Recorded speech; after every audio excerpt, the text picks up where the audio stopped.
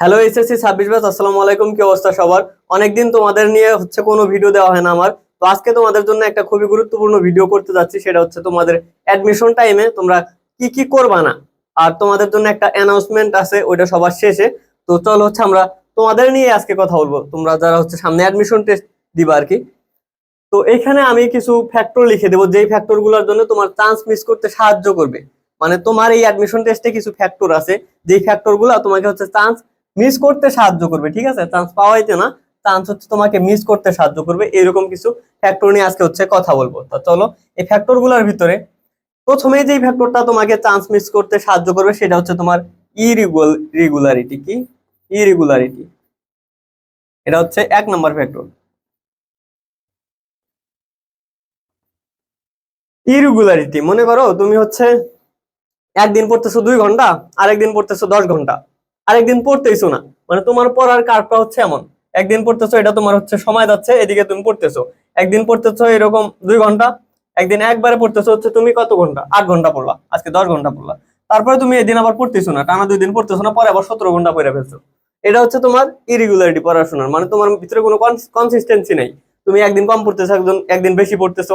এইভাবে আসলে অ্যাডমিশন টেস্টে পড়লে বড় সড়ো একটা মারা খায় যাবে আর কি। মানে এইটা মেনটেন করা যাবে না।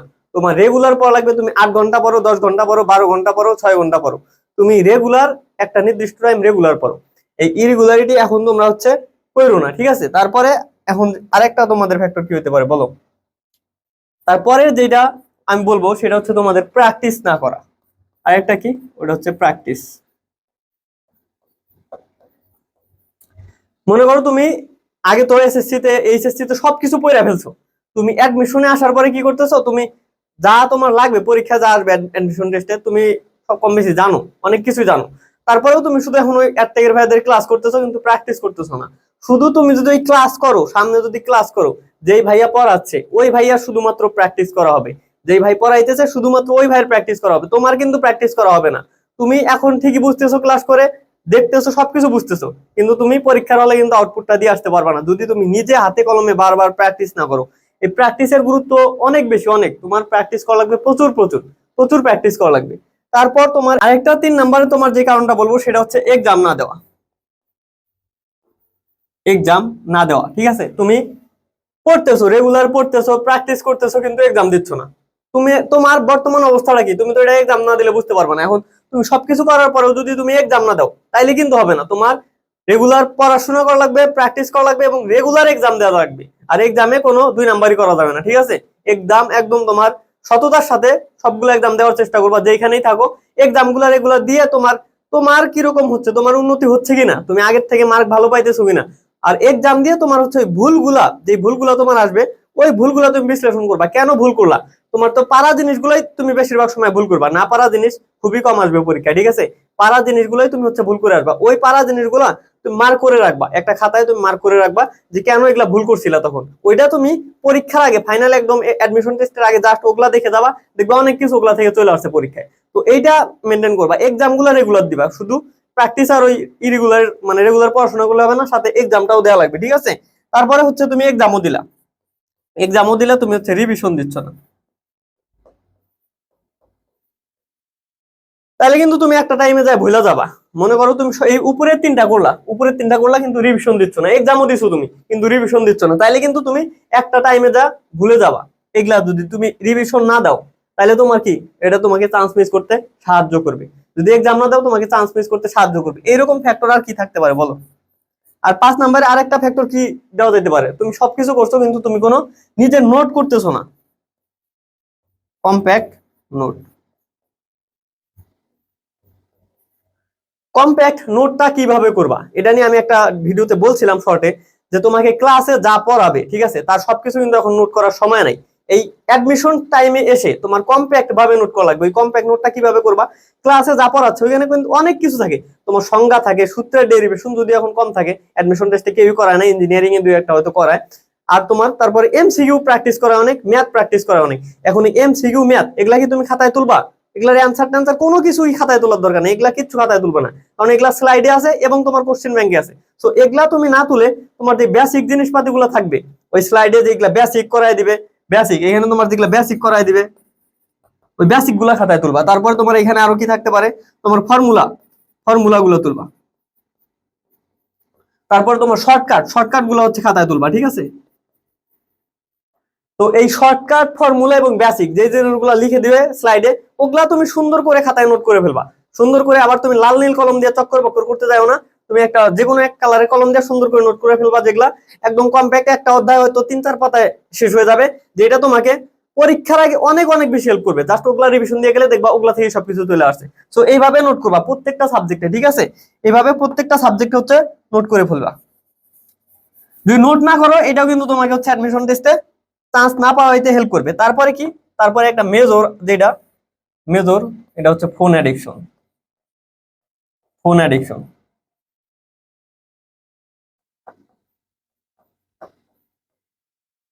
এখন তুমি এই অ্যাডমিশন সিজনে আসার পরে, তুমি এই অ্যাডমিশন টাইমে যদি ফোনের প্রতি তোমার অ্যাডিকশন অতিরিক্ত থাকে, এটা মনে করো যে অনেক বেশি সাহায্য করবে তোমাকে চান্স মিস করাইতে, ঠিক আছে?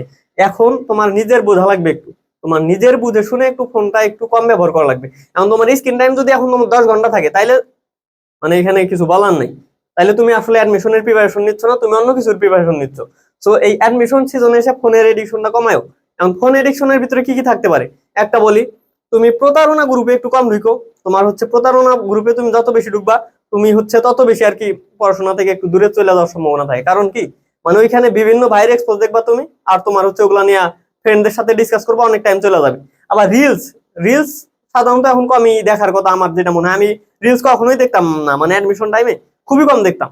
মানে ছোটখাটো জিনিসগুলো দেখো না, এই টিলস এগুলা একটু স্কিপ করো। অ্যাডমিশন টাইমে তোমার এটা আমি বলবো ফেসবুক ইউজ করো না, এটা ইউজ করো না, মানে আমি বলবো টোটালি ফেসবুকটা ইউজই করো না। কি দরকার আছে? আর ইউজ করলেও তুমি একটা ফেক অ্যাকাউন্ট খুলে ফেক অ্যাকাউন্টটা ইউজ করো, মানে তোমার অরিজিনাল অ্যাকাউন্ট দিয়ে তুমি ফেসবুক চালাও না এখন। কারণ তোমার অনেকজনের সাথে যোগাযোগ আছে, ওরা এটা ওইটা বলবে, অনেক কিছু খবর নেবে, এটা ঝামেলা। আমি টোটাল এইচএসসি থেকে অ্যাডমিশন শেষ অবধি আমার মেইন অ্যাকাউন্ট ওইটা ডিঅ্যাক্টিভেট ছিল। আমার একটা ফেক অ্যাকাউন্ট ছিল, যেটার নাম ছিল হচ্ছে ট্রাই নাইট ও ট্রোল উইন। ওইটা আমার পছন্দের নাম ছিল, এবং ওইটা দিয়ে হচ্ছে আমার সবগুলা কোর্স কেনা ছিল। তোমার উদ্ভাসের এইচএস এর সব কোর্সে ওই আইডিটা আমার ওইটা দিয়ে আর কি এনরোল করা ছিল ফেসবুকে। তা তোমরাও একটা ফেক অ্যাকাউন্ট চাইলে খুলতে পারো, যেখানে ফ্রেন্ড থাকবে খুবই কম, মানে থাকবে না, আর ওইটা দিয়ে সব কাজ চালাই নিবা যদি কোনো দরকার হয়। কিন্তু মেন অ্যাকাউন্টটা এখন ডিঅ্যাক্টিভেট রাখো। এই অ্যাডমিশন টাইমে ফোনের প্রতি অ্যাডমিশন মানে অ্যাডিকশনটা একটু কমায় ফেলো এখন, নাইলে পরে যা ভালো বড় একটা ধরা খায়া যাইতে পারো। তারপরে তোমার বিভিন্ন কন্ট্রোভার্সি থেকে দূরে থেকো। এই ফোন বেশি চালাইলে, সোশ্যাল মিডিয়ায় বেশি থাকলে দেখা যায় বিভিন্ন রকমের নিউজ আসে, যেই নিউজগুলো আমাদের হচ্ছে চিন্তা ভাবনায় ব্যাঘাত ঘটায় ফেলে, মানে মস্তিষ্কে একটা অন্যরকম প্রেশার ক্রিয়েট করে ফেলে। পড়াশোনার বাইরেও কিন্তু একটা জগৎ আছে, ওই জগৎটা এখন একটু মাথায় কম ঢুকানোর চেষ্টা করো, পড়াশোনা নিয়েই থাকো। আর এটা কিভাবে সম্ভব, যত তুমি নিউজ কম দেখবা তত ভালো। তুমি এখন যদি বিভিন্ন রকমের নিউজ দেখো, এটা কিন্তু তোমার মাথায় একটা ব্যাড ইফেক্ট ফেলবে আর কি। সো ওই নিউজ গুলা থেকে একটু দূরে থাকো, এটার একটাই উপায় ফোনটা কম ইউজ করা। সো সবাই এখন হচ্ছে ফোনটা একটু কম ইউজ করো। আর যদি ফোনের প্রতি এখনো এডিকশন বেশি থাকে, তাহলে এটাও কিন্তু তোমাকে চান্স মিস করাইতে অনেক বেশি সাহায্য করবে, অনেক অনেক অনেক বেশি সাহায্য করবে। সো এটা থেকে দূরে থাকো। তারপরে তোমাদের আরেকটা যেটা বলতে পারি, এটা ভালোই ইম্পর্টেন্ট, এটা নিয়ে খুব কম মানুষজন কথা বলে, সেটা হচ্ছে তোমার রিলেশনশিপ।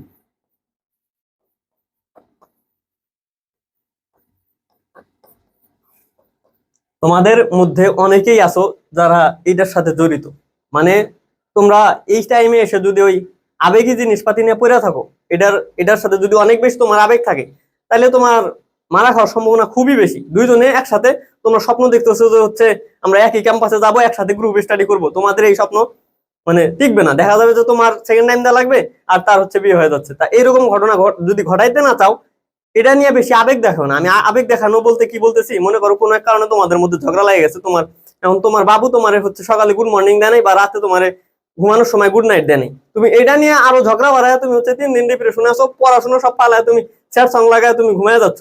এটা যদি এখন করো, তুমি যে কি বড় সড়ো মারা খাবা। তোমাদের একসাথে আর গ্রুপ স্টাডি করা হবে না, ইউনিভার্সিটিতে যাও একসাথে, তোমাদের বিশেষ কাটার হওয়া হবে না, তারপরে তুমি মেডিকেলে যাও একসাথে, দুইজনে ডাক্তার হইতে পারবা না, তোমরা একসাথে ওই ইঞ্জিনিয়ারিং করতে চাইলে ল্যাবেও কাজ করতে পারবা না। সো এই এগুলা চিন্তা ভাবনা এখন এগুলা বলা যায় আবেগে অনেক কিছু বলতে পারো তোমরা, এগুলা থেকে একটু দূরে থাকার চেষ্টা করো। মানে ওই মানলাম তোমাদের আজকে ঝগড়া লেগে গেছে, সো তুমি ওইটা নিয়ে তুমি স্যাড সং মানে দুই গানে দুইটা ইয়ারফোন লাগাই দিয়ে তুমি স্যাড সং লাগাই শুয়ে থাকলে হবে না। ওই দিক যা হয়েছে হয়েছে, তুমি নিজের মতো পড়তে থাকো, তুমি পড়ো। এটা যদি কন্টিনিউ করতে পারো, তুমি থাকো, এখানে থাকো। আর যদি তুমি না পারো, তোমার যদি এটা তোমার পড়াশোনায় হ্যাম্পার করে, তুমি যদি একদিনের ঝগড়ায় 5 দিন পড়তে না পারো, আমি বলবো এখান থেকে বাইরে হয়ে যাও, ওটা তোমার জন্য অনেক ভালো হবে। সো এটা নিয়ে একটু সবাই সতর্ক থাকো। আমি মানে এখনো এটা নিয়ে কখনো কথা বলি নাই, অনেকেই বলে না, কিন্তু আমি বললাম। আমি জানি তোমরা অনেকেই এই ঝামেলার মধ্যে পড়ে আসো, যে হচ্ছে একদিন তোমার যে কোনো বিষয়ে ঝামেলা লেগে গেছে, তুমি ওই ঝামেলা বড় করে 3 দিন পড়তে পারতেছো না। এটা করো না ভাই, এটা করো না, এটা করলে প্রচুর বড় একটা ধরা খাবা। সো এখন থেকে সতর্ক হয়ে ভালো করে কথা বলে সবকিছু মিটমাট করা, মানে একদম বুঝায় ফেলো, জানি এই অ্যাডমিশন টাইমে আর তোমার কোনো ঝামেলা না হয়, ওইটা থেকে সতর্ক থাকো। তাই এটা নিয়ে বেশি কথা না বলি, এটা তোমরাও বুঝো সবকিছু যে কি করা যাবে না যাবে। কিন্তু আমি যেটুকু বললাম ওইটুকু বললাম, যে একসাথে গ্রুপ স্টাডি করার স্বপ্নই থেকে যাবে যদি তুমি এখনো এখানে আবেগী রিলেশনের মধ্যে থাকো আর কি। তারপরে তোমাদের এখানে আরেকটা কি বলবো, এখানে কয়টা মেজর, কয়টা বলছি বলো? 1 2 3 4 5 6 7, 7টা রিজন বলছি, যেগুলা হচ্ছে যদি তুমি করো তাহলে তোমাকে অ্যাডমিশন টেস্টে মিস করাইতে সাহায্য করবে। আর একটা খুবই ইম্পর্টেন্ট জিনিস বলবো, এটা হচ্ছে কি বলো, খুবই ইম্পর্টেন্ট, এটা হচ্ছে অর্গানিক কেমিস্ট্রি।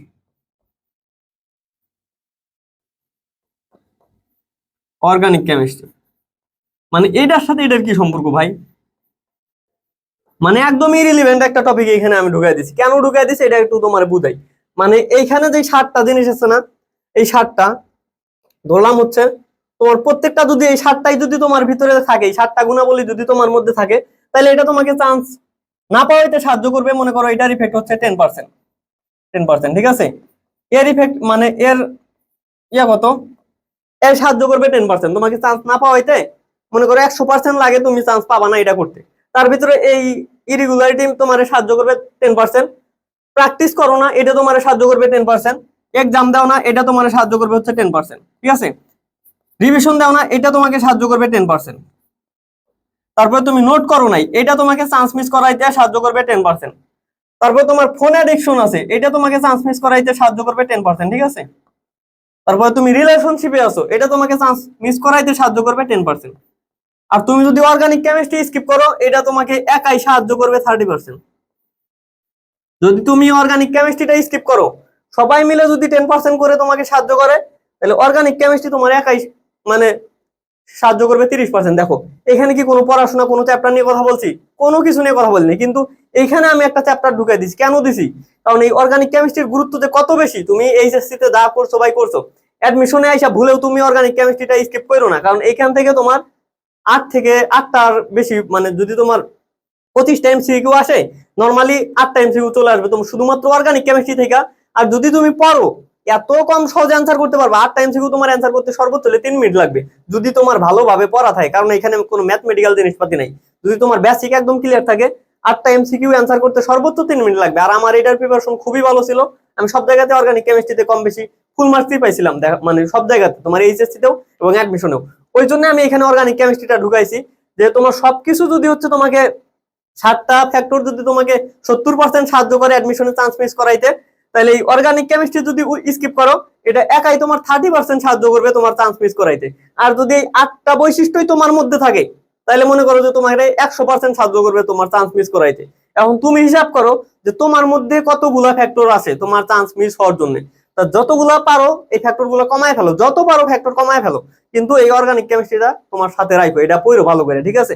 আর এগুলা থেকে যত বেশি পারো ফ্যাক্টর গুলো কমায় ফেলো। যদি সবগুলা জিরো করে ফেলতে পারো, যদি কোনো কিছু তোমার ভিতরে না থাকে, মানে অর্গানিক কেমিস্ট্রি পড়ছো, তুমি রিলেশনশিপে নাই, তুমি ফোন অ্যাডিকশন নাই, তোমার তোমার কম্প্যাক্ট নোট আছে, তুমি রিভিশন দিচ্ছ, তুমি এক্সাম দিচ্ছ, তুমি প্র্যাকটিস করতেছো, তোমার রেগুলারিটি আছে, তোমার সবকিছু আছে, তাইলে মনে করো যে যদি আল্লাহ চায় তোমার চান্স পাওয়ার সম্ভাবনা 100%। যদি আল্লাহ চায় তোমার স্বপ্নের জায়গায় পৌঁছানোর সম্ভাবনা একদম 100%। যদি আল্লাহ চায়, যদি তুমি আল্লাহর কাছে চাও, তাইলে এটা পসিবল। কিন্তু যদি এগুলা না থাকে, তাহলে তোমার কিন্তু এটা মানে আল্লাহ তো আসলে তাদেরকেই দিবে যারা পরিশ্রম করবে। এখন তুমি এগুলা সব ভন্ডামি করে এসেও যদি বলো আসলে আমার হইলো না কেন, তাহলে এটা আসলে কোনোভাবেই মানা যায় না, ঠিক আছে?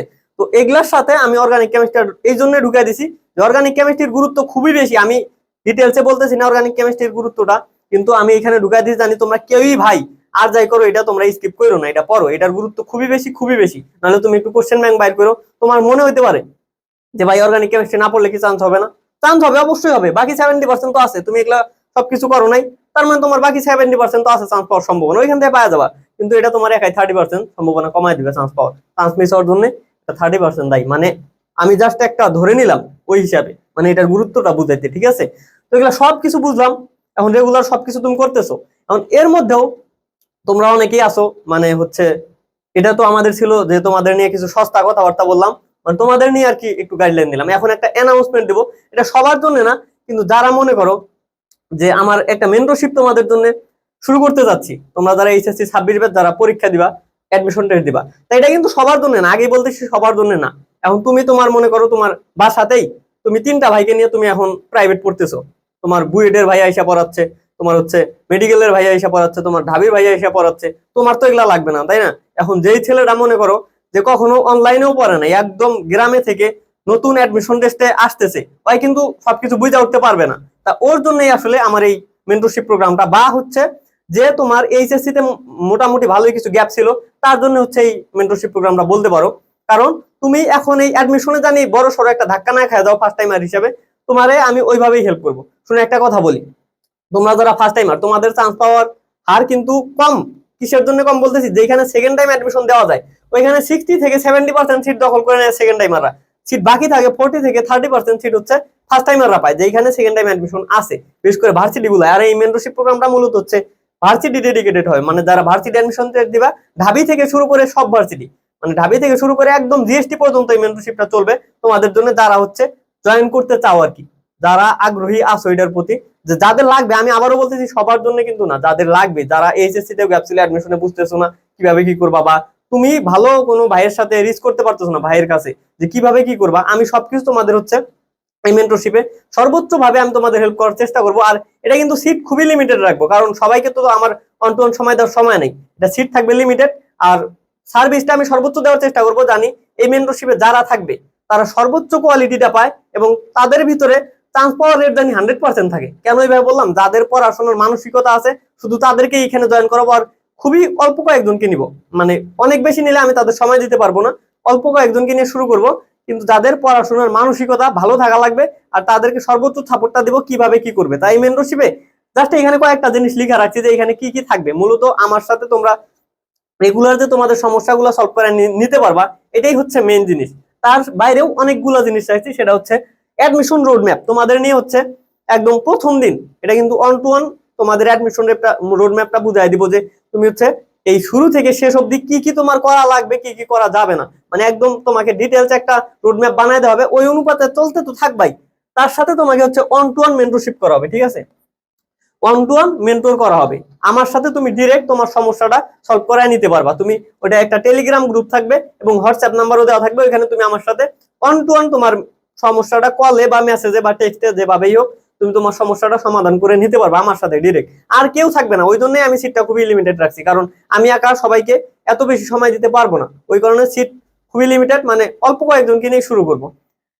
তারপরে হচ্ছে এখানে ডেইলি টাস্ক, ডেইলি টাস্কটা কি, তুমি রেগুলার কি কি পড়বা ওইটা তোমাকে ঠিক করে দেওয়া হবে, বা তুমি নিজে ঠিক করে দিবা।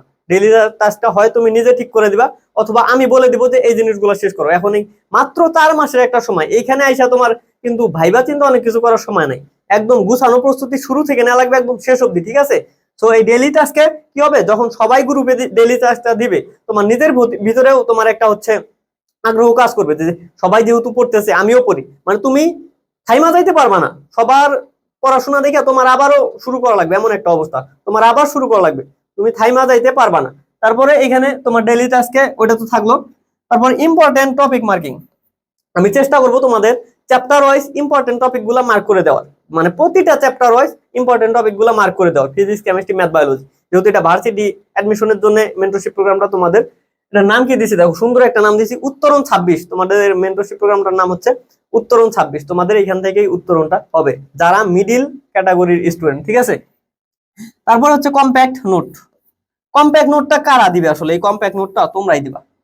কম্প্যাক্ট নোটের একটা গ্রুপ থাকবে, এইরকম তোমাদের সবগুলা নিয়ে কয়েকটা গ্রুপ থাকবে, টেলিগ্রামে একটা কমিউনিটি থাকবে, ওইখানে কয়েকটা গ্রুপ থাকবে। এই কম্প্যাক্ট নোটটা তোমরাই যারা সুন্দর করে নোট করবা, কম্প্যাক্ট নোট মানে যেটা বললাম একটু আগে, যে এইখানে শুধু তোমাদের এমসিকিউ বাদে তোমরা তো বিভিন্ন জন বিভিন্ন প্ল্যাটফর্মে ক্লাস করবা, তা তোমাদের ওই কম্প্যাক্ট নোটটা তোমরা ফ্রেন্ডদের সাথে শেয়ার করবা, ওইখানে সবাই সবারটা শেয়ার করবা, ফলে তোমরা সবাই মানে সবকিছু একটা নিজেরা সবকিছু পাওয়া যাচ্ছ, মানে তোমার এর থেকে যা কিছু হচ্ছে সবকিছু তোমরা পাই যাবা কম্প্যাক্ট আকারে। ওই কম্প্যাক্ট নোটটা তোমরা নিজেদের মধ্যে শেয়ার করবা। তারপরে এখানে আছে তোমার হচ্ছে জুম সেশন, ঠিক আছে? এখানে উইকলি বা কয়েকদিন পর পর আমরা জুম সেশন করব, এখানে সবাই থাকবা, আমি থাকবো, তোমাদের সমস্যাগুলো শুনবো, একদম জুমে সবাই থাকবা এখানে বা মিটে, যেভাবেই হোক তোমরা সবাই থাকবা, তোমাদের সবার সাথে কথা হবে যে তোমাদের বর্তমান অবস্থা কি, তোমরা কি কি সমস্যা ফেস করতেছো, এগুলা নিয়ে তো কথা হবে।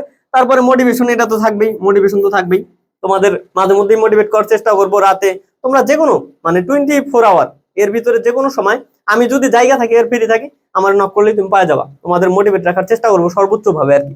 তারপর মান্থলি এক্সাম, মান্থলি এক্সামটাও তোমাদের ওয়েবসাইটের মাধ্যমেই নেওয়ার চেষ্টা করবো। প্রতি মাস শেষে তোমাদের কয়েকটা চ্যাপ্টার ঠিক করে দিব, এখানে মান্থলি এক্সাম নিব, এখান থেকে আবার হচ্ছে প্রাইজ মানি দিব, ঠিক আছে?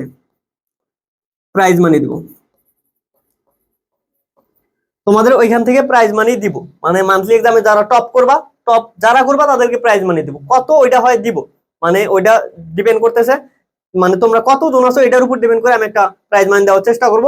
মানে অন্তত তোমার যত টাকা দিয়ে এনরোল করবা ওইটা উঠে যাবে আর কি, আমি আশা করি।